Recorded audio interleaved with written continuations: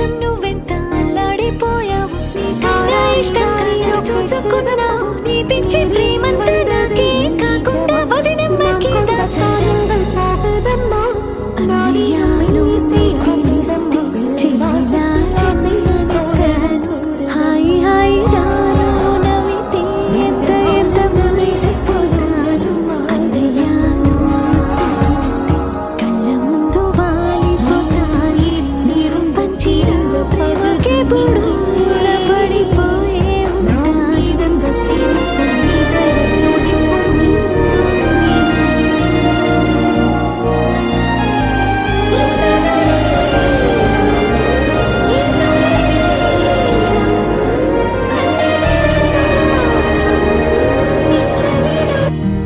Hi Lalitha, happy new year.